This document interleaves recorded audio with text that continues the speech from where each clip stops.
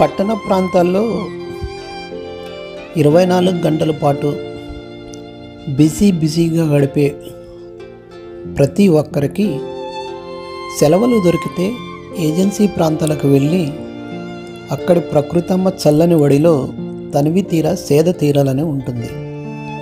ఈ నేపథ్యంలోనే భద్రాచలం మీదుగా చింతూరు ఏజెన్సీ వైపు విహారయాత్రకు వచ్చేవారికి స్వాగతం సుస్వాగతం. ముందు భద్రాచలం చేరుకొని భద్రాచలంలోని సీతారామచంద్ర స్వామి వారిని దర్శనం చేసుకొని మీ విహారయాత్రకు శ్రీకారం చుట్టండి.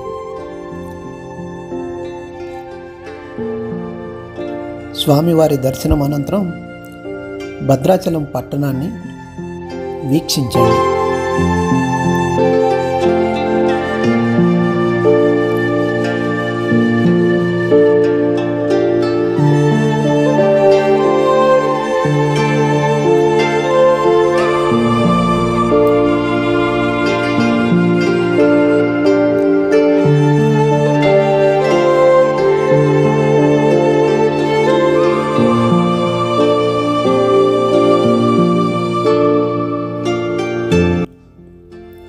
భద్రాచలం పట్టణం మీదుగా మీరు చింతూరు చేరుకోవడానికి భద్రాచలం విశాఖపట్నం రహదారిలో జాతీయ రహదారి NH30పై ప్రయాణం చేయాల్సి ఉంటుంది.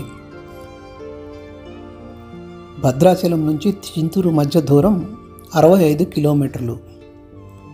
మీరు భద్రాచలం దాటిన తర్వాత 15 కిలోమీటర్ల దూరంలో నెల్లిపాక అనే గ్రామాన్ని చేరుకుంటారు. అక్కడ నుంచి ఎడమవైపుకు తిరిగి సుమారు 50 కిలోమీటర్లు ప్రయాణం చేస్తే చింతూరు చేరుకోవచ్చు. చింతూరు ప్రారంభంలోనే శబరి నది వంతెను దాటాల్సి ఉంటుంది. దూర ప్రాంతాల నుంచి వచ్చిన వారు శబరి వంతెనపై కొద్దిసేపు ఆగి శబరి నదిని తనివి తీరా చూడండి. మీ కెమెరాల్లో మీ మధుర జ్ఞాపకాలను శబరి వంతెనపై నుంచి ఫోటోల రూపంలో బంధించి ఆ చిత్రాలను పదిలంగా దాచుకోండి.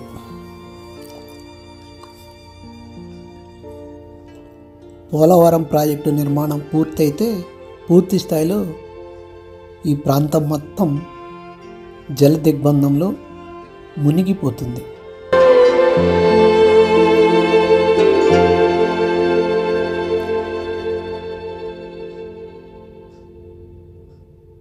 కాబట్టి చింతూరు వద్ద శబరి నదిని దర్శనం చేసుకోవడం కూడా అదృష్టంగా భావించండి.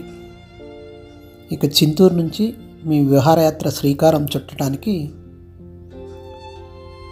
మీరు 11 కిలోమీటర్ల పాటు దట్టమైన అడవిలో ప్రయాణం చేస్తే మీకు వై జంక్షన్ ప్రాంతానికి చేరుకుంటారు. వై జంక్షన్ అంటే విశాఖపట్నం రాజమండ్రి చింతూరును కలిపే 3 రోడ్లు ఒకే చోట కలిసే ప్రాంతం. ఇక్కడ పూర్తిగా దండకారణ్యమే ఉంటుంది. ఇక్కడ నుంచి మీరు మారేడుమిల్లి వైపు వెళ్ళాలంటే రాజమండ్రి మార్గంలో ఘాట్ రోడ్డుపై ప్రయాణం చేయాలి. లేదా మోతుగూడెం వైపు వెళ్ళాలనుకుంటే అక్కడ నుంచి 19 కిలోమీటర్లు ప్రయాణం చేయాల్సి ఉంటుంది.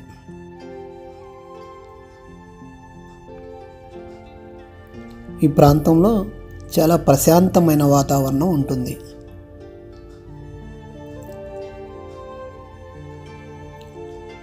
విహారయాత్రకు వచ్చిన వాళ్ళు దూర ప్రాంతాల నుంచి వస్తే మొదటగా మారేడుమిల్లి రహదారిలో ఉన్న వ్యూ పాయింట్ వరకు వెళ్ళి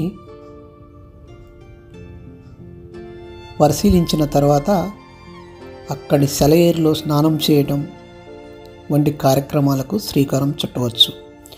చింతూరు మండలం తులసిపాక దాటిన తర్వాత ఎడమ వైపు మీకు గలగల పారే సెలయేరు కనిపిస్తుంది. ఆ నది వ్యూ పాయింట్ నుంచి మొదలై సుమారు 4-5 కిలోమీటర్లు ప్రయాణం చేస్తుంది. కొండల మధ్య నుంచి జాలువారే జలపాతాల నుంచి వచ్చే ఆ సెలయేటి నీళ్లు చాలా అద్భుతంగా ఉంటాయి. పిల్లా పాపలతో ఆ ప్రాంతానికి మీరు చేరుకొని ఆ నీటిలో దిగి స్నానాలు చేయడంతో పాటు ప్రకృతి అమ్మ చల్లని ఒడిలో సేద తీరి మీరు మంత్రముగ్ధులు అవ్వచ్చు. దట్టమైన అడవి, ఎత్తైన కొండల మధ్య గలగలా ప్రవహించే ఆ సెలయేటి నీటిలో సేద తీరటానికి అదృష్టం కూడా ఉండాలి.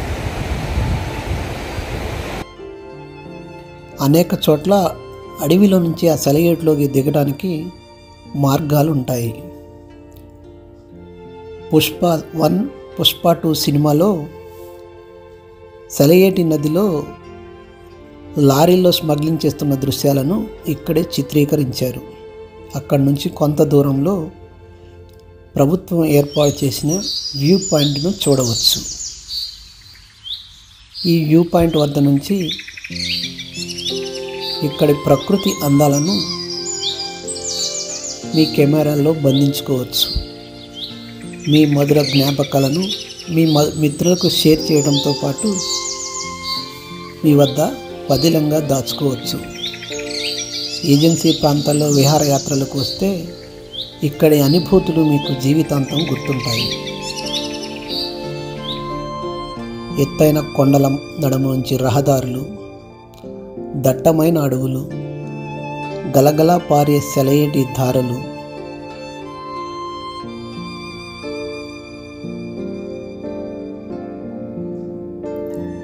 పక్షుల కిలకిల రావాలు మిమ్మల్ని మంత్రముగ్ధులను చేస్తాయనటంలో అతిశయోక్తి లేదు. చింతూరు మండలంలోని వ్యూ పాయింట్ పరిసరాలు మిమ్మల్ని ఇట్టే కట్టి పడేస్తాయి. అక్కడి నుంచి మళ్ళీ మీరు మోతుగూడెం వైపు వెళ్ళాలి అంటే మరోసారి వై జంక్షన్కు రావాల్సిందే. వై జంక్షన్ నుంచి 19 కిలోమీటర్ల పాటు ప్రయాణం చేస్తే మోతుగూడెం చేరుకోవచ్చు. మోతుగూడెం కేంద్రంగా మొత్తం 9 రిసార్ట్లు ఉన్నాయి. మీరు బస చేయడానికి కావాల్సిన ఏర్పాట్లు మొత్తం ఇక్కడ పుష్కలంగా లభిస్తాయి.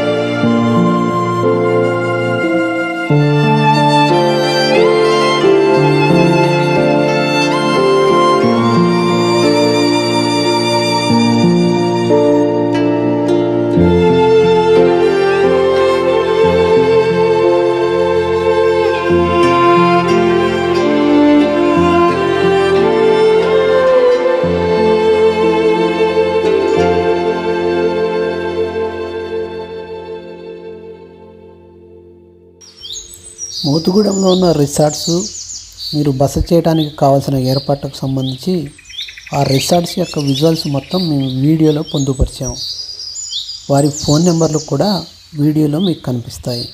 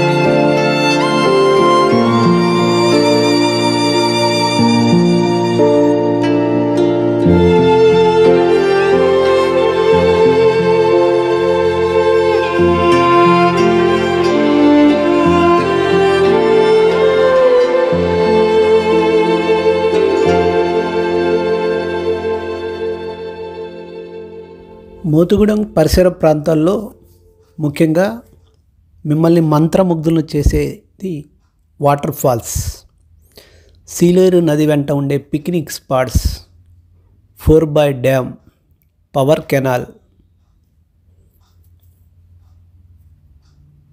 ఇవన్నీ మీరు చూడడానికి అనువైన ప్రదేశాలు. మోతుగూడెం కేంద్రంగా ఉన్న రిసార్ట్ల వివరాలు మొత్తం, అక్కడ ఉండే ఫెసిలిటీస్ మొత్తం మీకు ఈ వీడియోలో చూపించడం జరిగింది. రిసార్ట్స్ వాళ్ళ దగ్గర ఓపెన్ టాప్ జీప్, ఇంటి భోజనం, ద్విచక్ర వాహనాలు, ఫోటోషూట్కు అవసరమైన డ్రెస్సులు కూడా అందుబాటులో ఉన్నాయి. మీ అవసరాన్ని బట్టి, అవకాశాన్ని బట్టి సద్వినియోగం చేసుకోండి.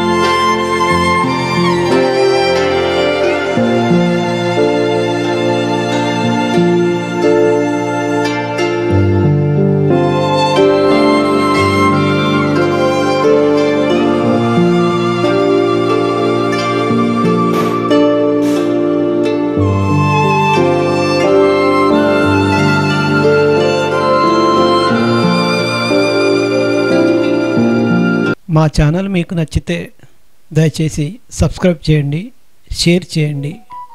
మా ఛానల్ యొక్క లింకును మీ స్నేహితులు, మీ శ్రేయోభిలాషులు, మిత్రులకు వాట్సాప్లో మెసేజ్ చేయండి. Thanks for watching.